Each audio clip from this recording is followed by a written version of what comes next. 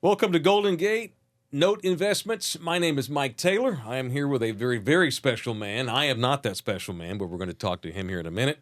I am a novice investor, and I never thought I'd be doing a podcast about investing, but I am here to learn just as much for me. I'm being, for real, I'm being selfish. I hope to get as much out of this myself as anyone else watching this, which is why I'm happy to be sitting down here with a guy called Alex De La Torre.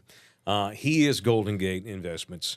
And I'll be honest with you, as a novice investor, I have all those fears that you might have, Alex. I'm scared. I see all, I think Wall Street and, New York Stock Exchange, Yeah. stocks and bonds. And Big Short. I hear all of, you watch the movies and Yeah. it's like, oh, I don't want to I'm scared to invest. I might have a few bucks. I think I'd like to invest this much money, blah, blah, blah. But I'm scared. And so I found you, and it was an easy decision to come and do this show with you because after talking to you, talking to people that do what you do, this is something that I really think is just for anybody. It's not scary. It's note investing. I didn't even know what a note was. Yeah. I swear. I'm like, I asked my girlfriend, babe, is a note a mortgage? Is that the same Yeah. thing? What is that? And she's like, duh. So we're going to talk about note investing with Alex today. Yeah. And I'm looking forward to it. And what's really cool is that you told me something earlier that your goal is to make sure that at least 1,000 people wind up retiring. What's that slogan you were using? So we're with Golden Gates. We hope to build a bridge Yeah. from your current situation to have wealth, prosperity, and freedom. That's it. I love it. And we want to do it through real estate notes and real estate note investments. Yeah. But yeah, it's a mortgage, and thank you very much first of all for doing this. And you and I had breakfast one time together, and we kind of were talking. We were at an event together, and sure enough, you had beginner questions, and I hope that I think I did, but transmit the answers to you in a way that you can understand them. And I think that's where we kind of hit it off and started talking about having a show that we can actually bring some of the complexities of all this and, for lack of a better word, dumb it down, right? And that's what I hope that we can transmit with Well, this I'm show. dumb, and I need it dumbed down. So- Not so- that anyone else watching is. I am. So help me out. Help them by helping me, absolutely, man. absolutely. So and it really comes down to education, right? So just understanding it, because I think you'll find as we go through, the industry makes it complex, but once you actually realize it's just math, some paperwork, and good old fashioned common sense, I think it's not a very complex business to be in, or investments really. Tell us about you. Tell them about you. Who, Okay. who are you? Why are you doing this? How did you get into this, and why are you doing it? So, I'll obviously give you the elevator speech, but it's a lot more complex than this. But, in 2000, I moved to Houston, and I came here with a specific goal. It was for real estate investments. My parents both had a full-time job, but both of them had a side hustle, right? And that's a common thing now. What people don't realize is that's been around forever. It just wasn't TikTok famous before. Right. But my parents always had a side hustle. My dad always flipped cars, and my mom always bought stuff. And she would buy stuff at a wholesale price and then sell it at a retail price, or she would sell it to small retailers, so to speak. And so, and I've always helped them both. I was always involved in both sides, so it just grew on me. And along the way, I discovered real estate investment. So I moved to Houston strategically to be in real estate investing. And when I got here, I started joining a few different investment clubs. Back in the day, there was one or another real estate investment club going on every week. So one night I would go to one place, the following week I'd go somewhere else.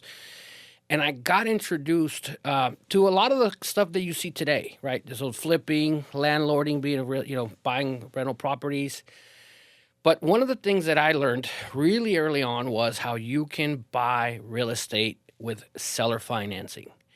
And so when I took that course, one of the things that it did is, I'm gonna age myself here, but You had to go out and get a newspaper. In Houston, it was a green sheet, and go through and look at the ads and look for someone that was selling on owner financing or seller financing. That's what the course said. Go find that and try to make an offer and buy a property. And so about 2 weeks after I took the course, I found a property that was it was a condo that was being sold, and where I was currently renting my apartment, this condo was $50 more, and I was going to be the owner. And so it was a no-brainer. I mean, I didn't even do it for investment purposes. Like, man, this is a good buy even for myself. If I never bought anything again, this is good. So I bought it, and it worked out. It ended up, funny enough, later on, I sold that same apartment to my sister on owner financing, and then her tenant paid it off for her since. So she's had a free and clear apartment since then. Wow. But that's how I got into real estate investing. That's how I got into real estate notes. After that, fast forward 24 years later, I've flipped hundreds of properties at this point, apartment buildings, land, all kinds of stuff, commercial properties. And I've always bought on seller financing. So the sellers are providing the financing for it. So just think of a mortgage. Instead of me going out and getting a loan with Bank of America or Chase, the sellers are actually providing the mortgage. And that's what a real estate note is, really. It's basically the sellers are saying, yeah, I'll finance you the property, and if you don't pay me, I'll take it back. When I think about investing in real estate, I think investing in a house or a giant company. It's there. There's brick, there's mortar, or maybe land. It never even occurred to me, which shows my dumminess, till I met you guys. You can buy the paper. You don't have to. You're not investing necessarily in the home. This is the note itself, the mortgage itself. Help me find the connection between the two and the disconnection between the two. Absolutely. So, interestingly enough, I tell people that real estate note investing is the second most popular way of a real estate investment transaction. I didn't even know that. So the number one is buying the property and renting it, flipping it, all the different scenarios, right? Mm-hmm. But what people neglect to remember, unless it's a cash transaction, is someone's financing that, right? It's either a bank, a mortgage company, the seller. Sometimes you go and get, like in my case, we go and get private lenders. I get family members. My daughters are involved now. So their financing can come from many different places. And to your point about the note, so that note that's created, that actually has value.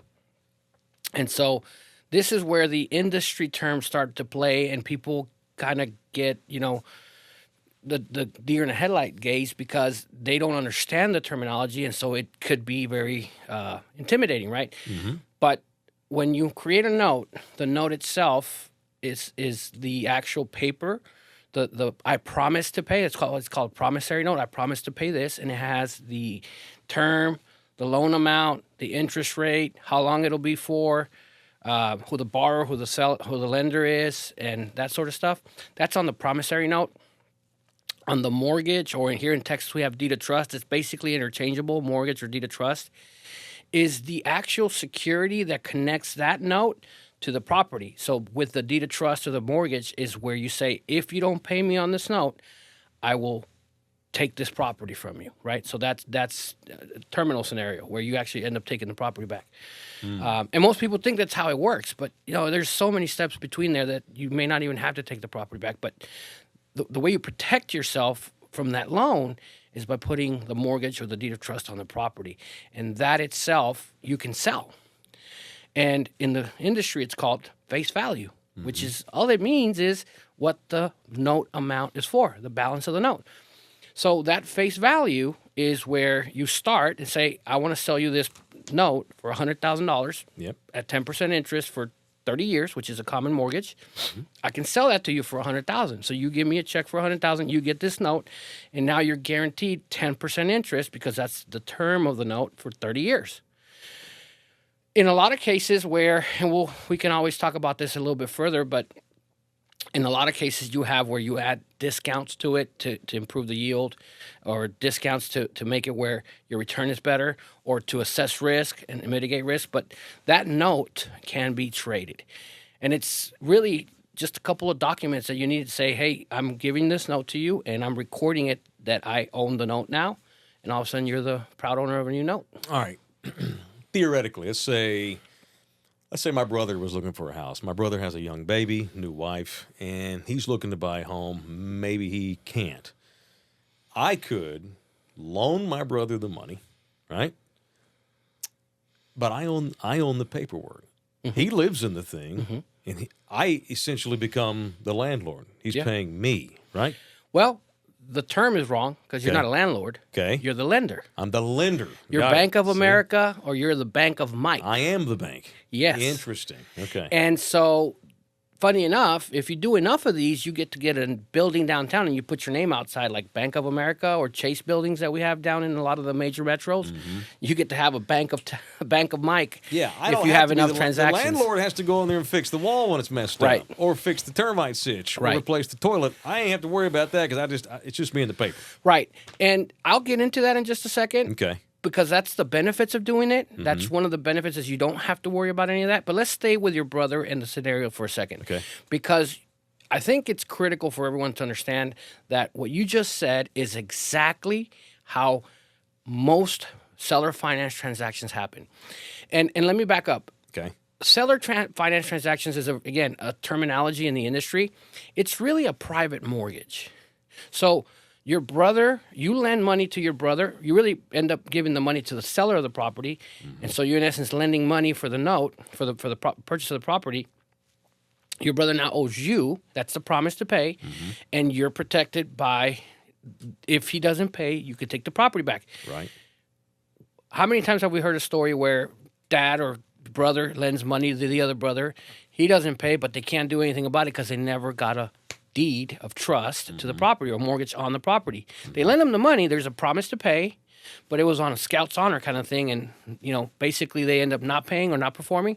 You can't do anything other than fight over it in Thanksgiving dinner or whatever. You really can't do anything else. Well, the mortgage or the deed of trust is what allows you to take it back if your brother doesn't pay you. So I call that the security of the instrument. Okay? Okay. Excuse me. Well, so the benefit of that, as you pointed out, is if you were the landlord, if you bought the house and rented it to your brother, you now have a relationship where he can call you and say the AC's gone, the AC's out, there's a water leak in the roof, or there's we call it tenants, taxes, or toilets. There's all kinds of problems that happen, right? Tenants, taxes, or toilets. Yeah, toilets overflowing, right? right. The 3 T's. Yeah. So the reason that you don't get the phone call is the same reason Bank of America doesn't get the phone call.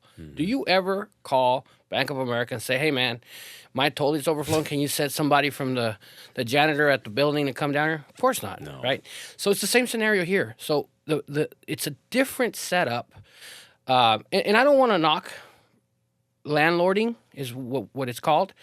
There's a place for that. There's people who have the tolerance for that. I just know I'm a horrible landlord. So I was very early on steered away from landlording and towards owner financing. And so that's why I've made that such a big part of my investment career. And really and truly, I'm betting the ranch on it because I'm going after it as a retirement option for me. And I want to help other people do that, by the way. How have I gone 50 years in my life? I'll age myself. How have I gone 50 years and never heard of this until 3 months ago? Well, so... Or maybe I'm just an idiot. I don't know. No. You're not an idiot. It's actually... it's not with intent. It's a byproduct of the situation. So when someone creates a real estate note, so let's say, go back to your example, you lent the money to buy your brother's property. It's $100,000 note. I'll just keep it.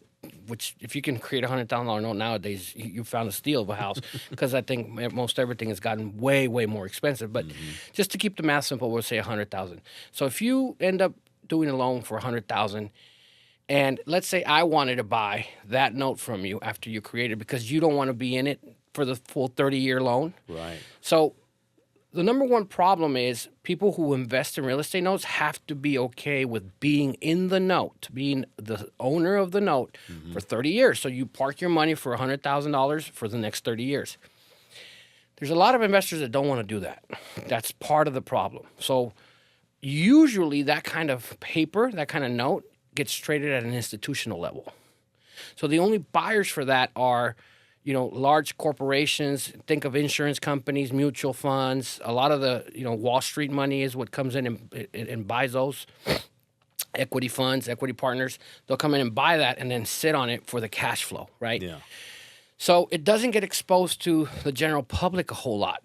It's not a secret. There's actually places where you can trade this, but now you add the second layer, which is if you don't have the capital to buy it and sit on it for, park $100,000, then that's the first problem. The second problem is, do you have $100,000? Because most notes are not $20,000 notes. Most notes are $100K, $200K, $1 million notes, depending on the kind of paper you're trading, if it's commercial or not. So I point that out to you because it's not that you can't go out and buy this. It's just that a lot of people don't have the capital to do it or the time to do it, right? They can't put money away for 30 years. Mm-hmm. So that's the number one challenge with investing in real estate notes. You can add other layers to it, which is I don't understand how to buy it. I don't understand how to evaluate the asset. I don't understand the paperwork. But all that can be learned, right? It really is. There's great courses out there. I learned it, and I tell you, I'm not that smart. I'm not much smarter than anyone else. So I don't think that that's the reason that people don't do it, because it can be learned. I think it's got to do with the fact that I don't have $100,000, or that's what they would think, is I don't have the money to put into it. But, our goal is to try to see if we can bring a product to the market that'll allow people to get in it without having to put such a large capital investment. Right. Can I add one more thing? Just thought about it now that we were talking. Yes, sir. The other thing is risk and assessing risk. So the number one reason that people don't do anything, so I could sit here and tell you how to do it and it's going to be great. And I don't think that by me doing that, people are going to run out and buy notes an hour from now. Because they still have the risk factor, the fear of risking the money, right? And I don't think they understand how low of an investment risk this has compared to other investment options. So that's another thing, is where someone's trying to sell you stock or a CD at your bank or some form of bond or what have you. Those are low risk. Very low risk, but there's not high yield, meaning you only get 2% at best if you put it in the... Here you get a higher yield, but you also get security. But it's still a lot more security than you would from a stock, a lot less than you would from a bond because or a CD, but this is the in-between. And so if you understand it and understand how to mitigate that risk, that's where I think a lot of people have the biggest hurdle to overcome, because they might have the money. Someone listening right now might say, "Hey, I've got $100,000. Why don't I go buy one?" The answer is they don't know how to mitigate the risk, and that's where I think people can get educated on that. And I use my poor brother's going to be like, "Dude, why you keep talking about me on this show?"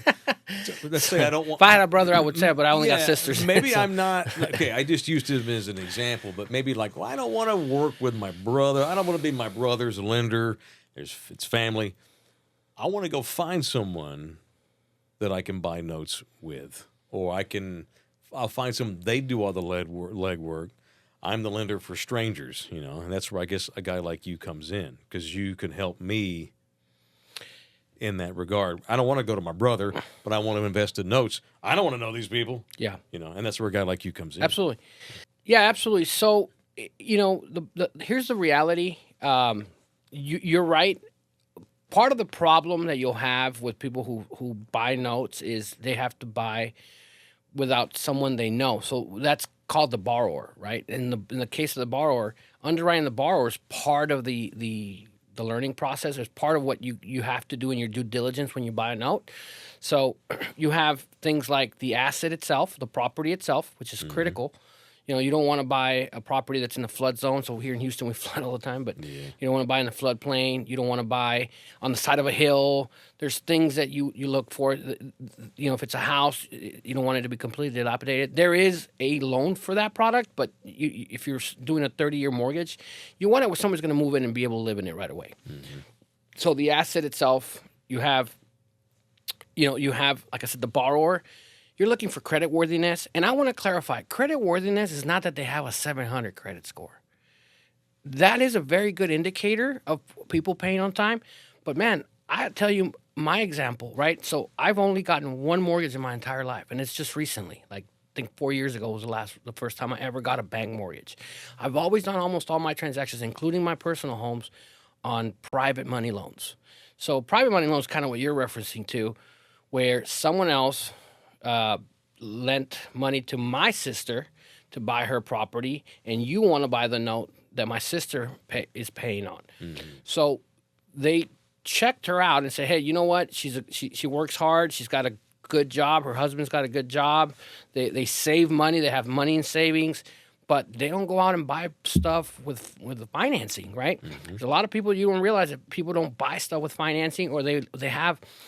Another thing is what we call they're not a W-2 employee, which is what most banks want, right? What they want to see 2 years of work history. They want to see a W-2 employee. They want to see 2 years of tax returns with all kinds of qualifications that they require. Well, almost all the other seller financing private mortgages happen to all the people that are not they're not QM loans. So that means that they're not qualified. It doesn't mean that they're bad payers. It doesn't mean that they have bad credit.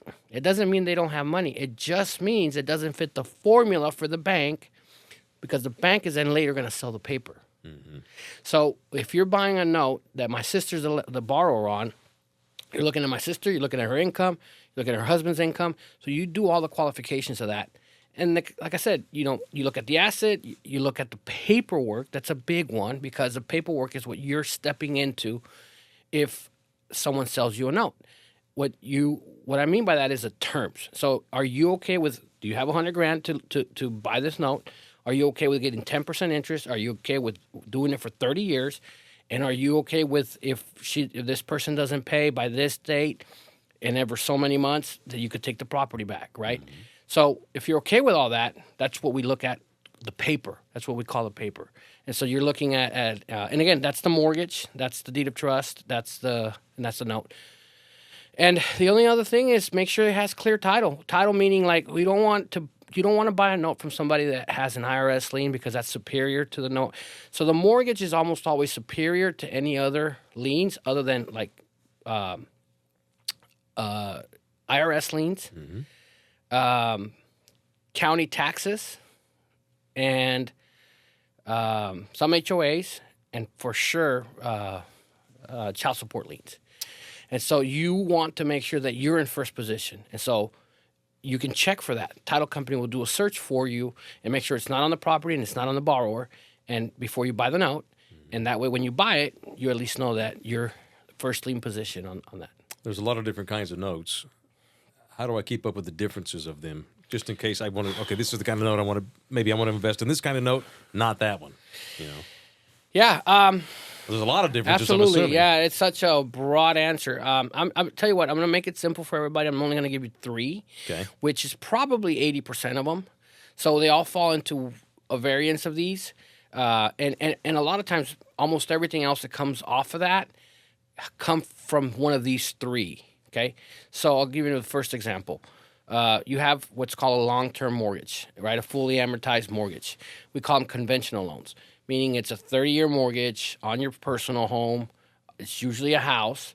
And, the terms, meaning like what kind of interest rate and all that, it's debatable. I mean, obviously now we have higher terms than we did 4 or 5 years ago. So that, when you're buying it, you have to look at what terms you're buying. But that's one kind of note. It's a 30-year mortgage. The second one is kind of a variance of that, but ultimately it's more for what we would consider a commercial product. And commercial can be a retail shop, an office building, industrial, land. That is, a commercial loan, but it can also be on houses. So it doesn't mean that the commercial loan is on a commercial building. It could be on houses. I'll give you an example. So landlords who have a lot of houses, it's in their best interest to go and refinance that loan into one mortgage. And so they have one mortgage payment to make, as opposed to paying on 15 different houses or 15 different mortgages. So what they'll do is condense that into one commercial loan. They call it a jumbo loan. And then that note is on a 30-year amortization. So it would look like on paper, like a 30-year loan, but it would have a balloon. And so important to note that a balloon cannot be done on a personal home or on a personal mortgage. It can only be done on commercial. So it would have a balloon from 5 to 10 years. And you can buy that paper, right? The last one is, a little bit more of kind of what we're talking about, but it's real common. Again, I'm using a simple one, but it's real common when you do house flips. So kind of like the house flipper model that you see on TV. They'll come in and buy a dilapidated house. We call them zombie houses. So they'll come in and fix it up. So they'll borrow the money to buy it. Sometimes a little bit of the fix up money. Sometimes they come out of pocket for the fix up money, repair it, and they'll either sell it or refinance it into a rental. But that loan itself is what we call a private mortgage loan. And so that's one of them. I pointed out the other one is where, and that private mortgage loan, the difference between that and a 30-year loan is it's a short term. It's only for a year or two. And so it literally, a lot of times it has some amortization, but sometimes it's just a simple interest, meaning that there's no payments on the principal, and it'll expire, and you got to get out of it, right? So if the person who's flipping the property doesn't sell it, the lender gets the property back. And that's built in already. There's no foreclosure involved. There's nothing else. It just immediately transfers back to the seller. And it's, even though it's on a property, it's a commercial loan. So it's considered a commercial loan. Again, there's other variances of it. I mean, you have other things like HELOCs and all this stuff, but for the sake of this conversation, you're not able to go out and buy those. Usually they'll stay with banks. Any one of the three I talked about are notes that are traded on a regular basis. I don't have to be some mastermind. I can just be me and make this work. Yeah. Thank you, man. Yeah. Alex? Absolutely. Thank you, brother. Thank you for having me. Golden Gate Investments, Alex De La Torre. That was a lot, and my head was spinning because I have so many more questions. So Alex is going to stick around, and up next, what are the different types of notes you can invest in, and what are the products Alex has for you to invest in? Coming up next.